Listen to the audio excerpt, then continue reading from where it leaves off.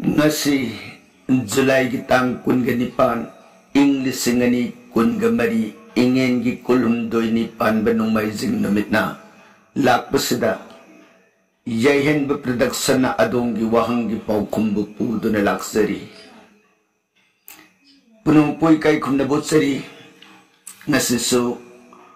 mahusa gumna wahang karapang jay ngasi gi ahan bugoy na lakot sari buwahang ngasi Doren kumuksana bukat pirak wahang ni Doren kumuksana wahang si ani humtong na tambir ahan boy na uja nasa na wakat oy wahang oy warol amatang haijage uja na warigi horam daida Hindi na English na Sanskrit na wahay kara haibira bamatungda wari haurakpadasu mayamgi wakal tananaba haiduna ngarangi wari mati kharasu hanjinbiribasi khara tensinbiraga minute nifu mangaromda sangdokpibada khudongchadaba leibibra sini wari si tajaningbagi khaurangbana wafamsi hangatsakibani waru biganu sumoidana ahan wang se anit su wang dana mahira bongi mama gi maramda khara haibira mu sumoidana doren kumksana thambiri bu wang se hoy ahan bagi wang da Hindi English Sanskrit na sing bagi wahi hayam bai bedu lotuk sakre hujikna metelon imaron da wapam khara thamjaraga wari tangkak tu kari no hai bedu khangnaba sarap matamjai aduga wai machi julok tho besu kaisu kai bu budi natre hoi takbi bagi matungina khoisu sangdung na nabase hone jabani thani yengjege sangduk bagi wapam se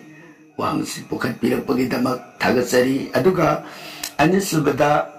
mahira bongi mama gi maramda khara haibira u na takbira ibasi mahirabun gi mama se kai kesi haine kawi kai kesi hariba rai kesni hingsa bisi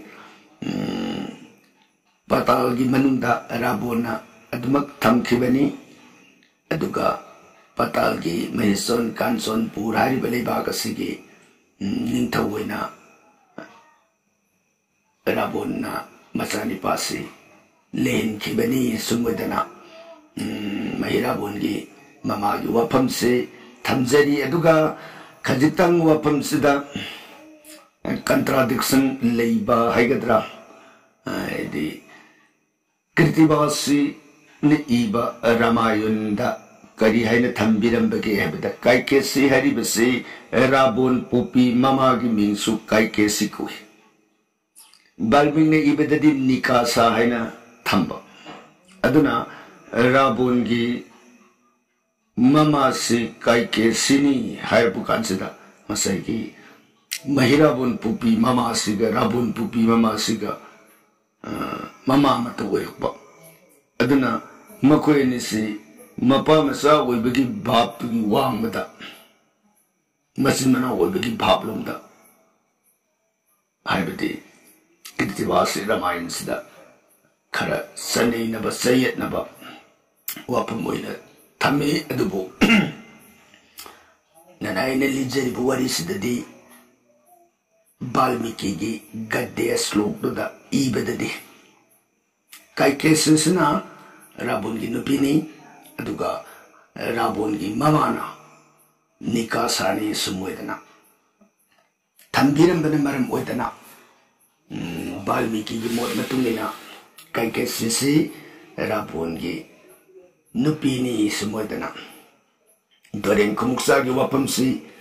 thamjari aduga ngasigi anisuboina pukhapi ibuwang asuna user WX4EF5 FWIDU pukhapi iba ning simak matungdadi wahang pukhatpirukpa matamda isagi asengba mingdumak he haibirao haibidi mayak asi haibada kaitang mamangdasu pakum karak pijakre WX4E5FW8UG adubu Sumahirabisu kachubadi kaitaba aduda hakar koithokna leibasida asengba mingdu takpiba yadaba leibra yaragati takpiraknanaba nolukna hangatsari pukhatpiraiba WXK wahangsana Baja sani na yengbada tumlibasi Durga ki sabni hairaga Sakti ki sabni haibasi kamdawbano haiba wahangsima adugani sabu wahangdana WX4EF na takpiribasi Sakti ta nga na yotkibagi wari matik ama libiramu adagi ahum subadana Pasupat Astra Ten asi Indrajit amadi Mahabharat ki Arjun ani natana ataina paiba ngamde haibasi sumbra haina pukhatpirak buwahang ni hoi takpidi buwahang humsigi ahan buwahang da sani ni yengbada tumlibasi Durga ki sapni haibu wafam simadi lairik ta thengna de haiba tare kanagumba atopa lairik singda lairambadi yai adubu Nana koina neina jadi balik sing sidadi masih di Ramayun gi wari nati magi tongana saita juki wari ni maduda sakti gi sab sina maram oidana sanina mamini yang bada tumbai bani omasi leiki bani sumoina wang asigi pakum tamjage aduga sakti ta ngane yotki bagi wari matek ama hairagadi Ramachandra na leiriba magi tengol atai mayam du tahandana mana lona haikibani kari oina se ngasi inaw ni pada ta nangna thinba matamda inaw na awaba ta khiba asiguna nangi leiriba sakti se hayeng tunggi miron bawbada nangi sakti se mangdana leinana Nangse samudra da ina ngasi lamthabase masina thamna nganbi haina kobu ngado maduna yotki matamda mai mabukta leroi toine mase thamna manbi ngasigi masai oina magi masai khoding thauki sakti sen tensi loina ma pala legi doine magi takhu ki saruksi yaudana magi tamkai thekibase Karena maduna hayang akang ngahi Pajasingna mantra wina solaga Masina hikap likap kumba adug masina gumatanda Nanggi sakti se adung lendin libo yo Nanggi sakti lejaw wedan Bawan Ramasandrana Sumwedana Lang thakibasana maram wedan Tamnangan bi hani ko ngasina Yotki aduna tamnangan man bi ngasi haudikso Adum magi masa akoy basi sakti ten singsi adi tagi tajin singsi loina magi masa ka akoy bada yawi madubo jasingna pairaga makoy ki mantra vidya singna singbada haiki bu wapam duna maram oidana haujiksu adum sizinari masibuni sakti tabu ngani yotki bagi wari yena tamjadi basi aduga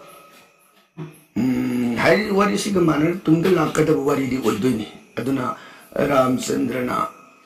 Lakmona selamba ugi makul moina fije oina selang leramba aduna Ramsna yang Ajodhya yor kada magi fije si konungi fije to olamdai matamda magi maku selamba fije mana sajjuna di gangada thadar dai matamda haigene kari haina ayeng nangdi aikoina sanglo sahi matam sinang na aigi lajja baya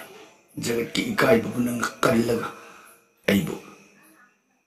phije oina leiting banang se hayeng tungi miron bawda isor gi nam mai ama nangi u sigi maku mathaksin iraga hek sizu matan mana ningjeliba isor adugi nam gi gundo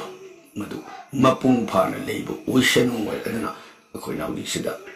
aja guru mai basingna jantra iba matamda hojiki u maku bajra patra haiba u sigi maku sida siznari basi adu matamda ram sitkiba ugi maku aina ute gi maku nate bajra patra hai u se sigi maku sine ramna litin ki basi adana wari mane hebki matek sin mai pat panjar mani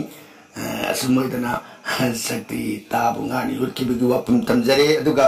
pasupat asratena se indarjit amadi mahabharat ki arjun ani natana ataina paibang ngamde haibase sumra adana pukatpire ibu wahang se hoi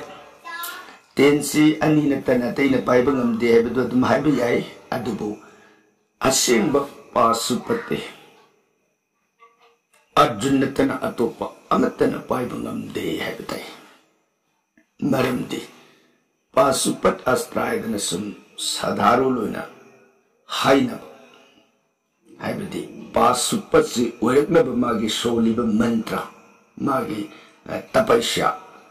sadhana adugi pangandana maram oidana pasupat ki shakti se oiro oidana piraga maduda oyenbadi ani nataba atopa sinchu paye aduga ngasai asengba pasupat se arjunatana paiba ngamde haijabadi kairo airo pasupat haibadi Shiva Mahadevagi samkhongdagi lawaida jata pukhatkibase adugi lemoba tungda haidarakba samjoido maduda horiba sanjoi sing adubu Mahadevagi pasupat astra haire khangi adubuni maduna kapukba matamdadi Arjuna mantramta soludre sole ai Shiva Mahadevu niksingaga Arjun jodi tenu suka kaukide Arjuna pairi tense mana tendung dagi salak bukakta da magi prasatpanate mate kaitang salak bu matam magi haido mangan sina mangda leram jiba sing sakti tan matomda si pairi ba mangon da sakta adana pasupat astragi asembadi Mahadevagi lukhamda khomgat khraba samgi tahoba samsing adubu pasupat astra hai khangi madu Mahadevana Arjuna pikhibani adana nasai pasupat astra se mantra oina madugi shakti du oihan biu haina sunba pasupat tendi mayam leigani atopasing jupaigani aduga asengba pasupat mantra yaudana matomdu oiba Mahadevagi pasupat sidi Arjuna tana atopa amatad pigibagi lei tengnadi sunmoina haijabatai thagasari mathangda amuk pukhatpire iba ahum subu wahang asana John D. Besna pukhatpira wahang ni John D. Bes ke wahang asana Ajau diki bigyan ki matamda satpa wana thoklagani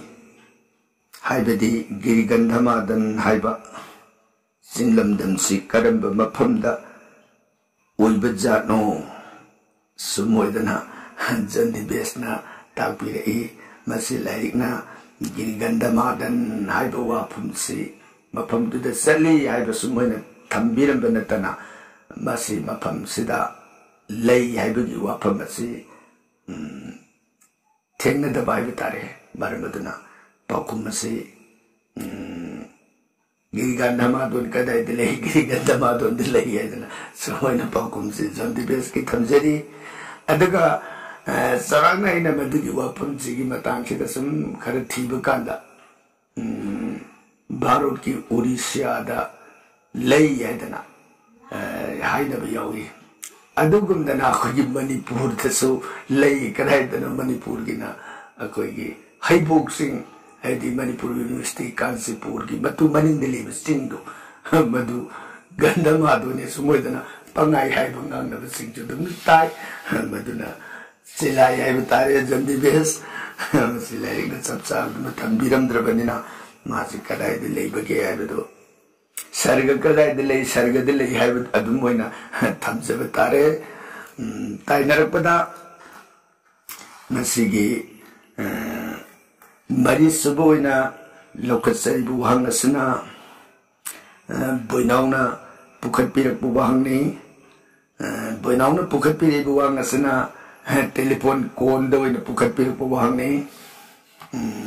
बोइनावगी वहांगदि Hanuman असे खुलाई संगदी हैदना लाई मयाम ने bore पीगिब शक्ति मयाम ने तिनख्रबनी अदुबु भोरुत की साइरोंग न थाबदा ई थोपदु करिगिनो छिने बोइनावना थंबिरेब वहांग से अनिसबु वहांग अमना बोइनावना ताकपिरेब से ओजाबु वारी लीबगे सिनफम से कनाद तंबिरकबा अदुगा वारी लीबसे करमना हौरखिबगे हाइबदु खंजनिंगी सुमदना वांग अनिसे बोइनावना पुखत्पिरे बोइनावगी वांग सिगे अहानब पाउकुमदा हनुमान खुलाई संदे हायरगा भोरुत की साइरोंगना थाबदे ई थोप करिगिनो हाइब वांग सिगे पाउकुमदा समे हनुमानदु खुलाई अतैना थाबदे संद्रगसु भोरुत न थाब साइरोंगदा मागी खुया थंबान थाब मतन संगलिबसे तैनते नसागी भोरुतो श्री रामचंद्र की अंश कालानी हाइदी राम की सर्वकमने अदना मांगोंदा राम की शक्ति दु लई हाइबदु खंगसनु हाइबगिदम मागी साइरोंगसी संगिबनी असुमोइना खर समना बोइनावगी वहांगी पाउकुम थमजगे अदुगा ओजा कनादा तंबिरकपा हौरुकपगी वारीसी खंजनिंगेन ताकपिरिबस अहानबु ओइना आइना वारी लिबा तमजरकिबसे जुमना मुद्रोंगी ओजा जुगेंद्रोदा अहानबु ओइना वारी लिबसी तमजरकी मतंगदा ओजादुबुसु तंबिरंबा उसिवागी ओजा हैक्रुजंगी बिजोयदा अमुक तमजै अदम ओजा अमोमद तम्मी हैबदु नते ओजाई नाक्तसु चटपा ओजागी नाक्तसु चटपा अदमोइना अमसमसु ओजागी आदि गुरु ओइबनिना अदमोइदना वारिसी तमजरखिबनी अदुदगी अमुक बोगवाई दलेगा ओजा वायंबंगी मनावगी नाक्तसु अदम तमजै ओजादसु अमुक अखोय ओजा बिजुइगा ओजा बिजुइगी सेबो ओइबा अदना मरम ओइदना अखोयगी ओजादुगी परेंगदुद लेमिनरिबो ओजासिंगसिदा सुम वारिसी अमसमसु सुम तमजरखिबा हाइबा तारे अहानबदा वारिसी इंगोंगोंना अखोयगी दुर्गा पूजा लाफमदा सुम पंगली लीबा हाइबा तारे अदमाइन तौदना सुम पंगली लीबा वारिदुदा वही खोंथो खोंदा वही लीबा मतौ माली लियो लियो अदना तौगदी आइंगोंदा ओजासिंगदना अखोयगी मामदुबसिदा तत्तना सही खुदिंगी लेकाइगी अलमनसिंगना मंगानी तरानी थामखाय मसुम वारी ताबा हाइबा नियमदु तौबदा ओजासिंगदु लाग लिर वारिसिदा आइना सुम मुन्ना मुन्ना ताब मखोइने लीगिबगी आर्ट एक्टिंग मवोंग मतौ सुम जेंगहोरगा आइना दुर्गा पूजा की लीबा मतंदुदा मोय आई तुमदना खैजदना खंगजदना लिरु वारी नते मतंदो इन ओजानी आइना बोरी जरुद्रसु मोय सिंबल दुदे ई लौरिने आइना दुर्गा पूजा लिरिबदो अदना आई आदि गुरु ने हेबसे मोयदा दुम थम्मे अदुना मरम ओइदना आई अदमयाम हारो मतंदुदा आई ओ अदमयाम पाम गदबो ओरगदी तम्मगे खंदना ओजादुगी नाकदा हंखेंगना सलगा जाई वाई तमजनिंगी तौरगा सुम मथंग मथंग ओइना ओजाना तंबिरंबो वारिसिंग लोइना ओजाना ए वारिसी ओजा दगी लोइना तम्मगे लेरगदी नंग मतम याम सुमांगनी दुगा नंग खंबगी ज्ञान सु मपुंग फाबदा याम तपकनी लेरिकसु पाउ वारिसु तमु वारी तमिबसिने करिनो हाइबदा नंगोंदा वाहिगी खोनै खोंथा आर्टिटिंग मैम ओजादी तंबद लाइक नदी आर्टिटिंग पीर अदुगा लाइक हैबसिना मनुंग लेरिबा अचुंबसिंग लाइक खंगनी अखोई सुदु मंगाई like हैबसिदि अगाधनी यामग्रबनी adana amadagi paringki mang belaitrabani aduna larik ti yam pau ojana takpir matungina larik mathang makan si pajaba adubu paribu punamakadu ojadi manga dum thamjaraga ojana hairapodagi pabani lige doribasisu ojana lige doribani aidi karim hai punte ana sma ojada katok nungsijaba thajabado thamjaraga warisi lijera khebani na sumoidana boinaugi wahangi paukum thamjari aduga Mangasubo ni lokutsari buhang sina my 7814 sina wang ama wang dinatre magis sumna sum haije bai betare nang kai diwari siyam nungai na tarambani angang han yoksil agadi gyan tarapre haidana wapamama pokat pire ham nungai jai my 7814 hoi larik te yawbanati my tweet masi ay naujik tabatak su tamjikibaduni ojadagi tamjirakibada ojana miyangi nungaina nabani hadan ojana haikiba ojana tawkiba acting haikiba mobungdu madaida ojagi matawdusu Hunduk payadabo, ojai situ ojani, summa basu ojani, lala basu ojani, ojai matung du di ilaga tau jara kibana maram oitana, ojana takpi rabu wahya dumo, apa masih desin nak kibani taseng nama kiti lari tadi yaudi, semua oitana ojabu nungsi jabagi ojagi magun ngaksa bani masih kita mal waro biro ya dana maitit kima pamda amuka suhana noluksari aduga ngasigi taruk subu hangwena bukat pide ibasna sita kuman sit sumena takpire sita kuman sitna tambire ibu wahangsna ujabu tabuk sin banara matan sana makat tabir ngai beda yamna wajai maka ngai beda sauning besu hep power hoi semi ngai lives di dong wabani semi aku ju yaring di matam sana thagat segi aina kanjabani adubu kari gumbada miyo bani na yung manungge sila pai hek lak bukanda tan sana thagat ba ngam kidaba amarom dana electricity ki sudar khale bani do mai se lak kidaba thagat ka do phone du da mai le ta bagumba haidi tanja horak na ba do sigunda de ana yeng simbe he yorupa tan sa da bai bisi hek thoi masigi da mukjen sauna ngakpina na ba yari ba makai akosu matam sana thagat bangamna na ba di hona jage sumodana sita kuman siki wahang di paukum tamjari nungai jai ngasi mayamna aigi pungningi warol wapam amani dang pukat piraktana akoy na so paukum karadang bijadana wahang paukum gi tauram masibo mapung paba tauram amo ohen bibigidamak tabi di ba amadi wahang pukat iba kway punamapu arui bada amuk kasuhana kurumjari thagasari